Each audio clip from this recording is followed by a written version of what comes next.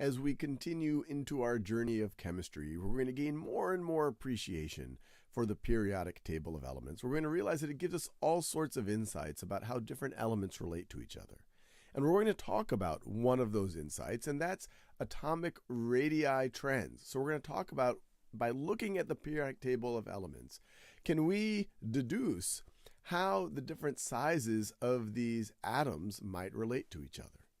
So let's just start with the group 1 elements right over here. So we're in this first column.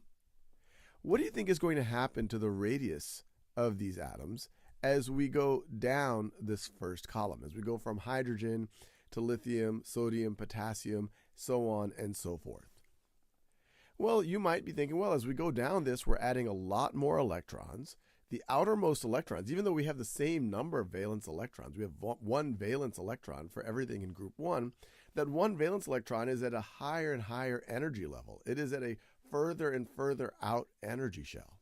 And so one way to think about it is, if you have the nucleus of an atom here, and you have that one valence electron out here, well, the more that you go down this group, you're going to have more electrons in between, this is a pretty messy drawing, in between that nucleus and that valence electron, and that valence electron is going to be further and further out because it's at a higher energy level.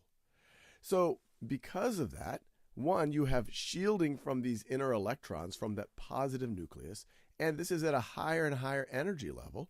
As you go down this group, the radius increases. So let me write that down. Increases. What are we talking about? We're talking about atomic radii increases. So for example, cesium, or let's go with francium. Francium is a much larger atom than hydrogen. Now what happens if we were to go horizontally? What happens if we were to go across a period here? So let me do this in a different color. What if we were to look at, say, period 4, and if we were to go from potassium to the right all the way to krypton? What do you think is going to happen here? Think about it for a second before I explain it to you. All right, so this is a situation where we're going to keep adding electrons as we move to the right, but you're not going to be adding electrons to higher and higher energy levels. You're either going to be backfilling in the transition elements, or you're going to be adding electrons to your valence shell.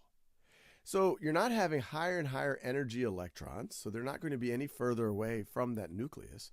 But as you go from left to right across one of these periods, you're adding protons. So you're making the center of that atom more and more positively charged. So it's going to pull in those outer shell electrons more and more and more. So based on that, you would expect to see that the radius decreases as you go from left to right along the periodic table of elements. And we can confirm this intuition by looking at this plot here. So what this is doing is it's plotting every element in the periodic table of elements based on its atomic number and its atomic radius. So for example, this right over here is hydrogen, and then your atomic number increases, you're at helium, and our intuition is correct. It looks like the radius has decreased. And then we go into the second period. And actually, let me just show each period here. So if we go into period 2 here, lithium has the largest radius. And as we go from left to right in period 2, we get to smaller and smaller radii. Now, if we go to period 3, we see the same trend again. So we see confirmed in the actual data that trend, that as you go from left to right on a period, the radii, or the radius, decreases. Now let's think about a group, which is where we started.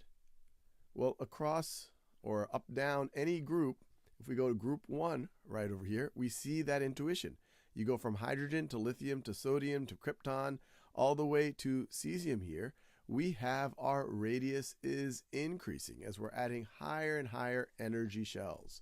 You see the same thing with group 2. This is the second column in the periodic table of elements. So the data confirms our intuition.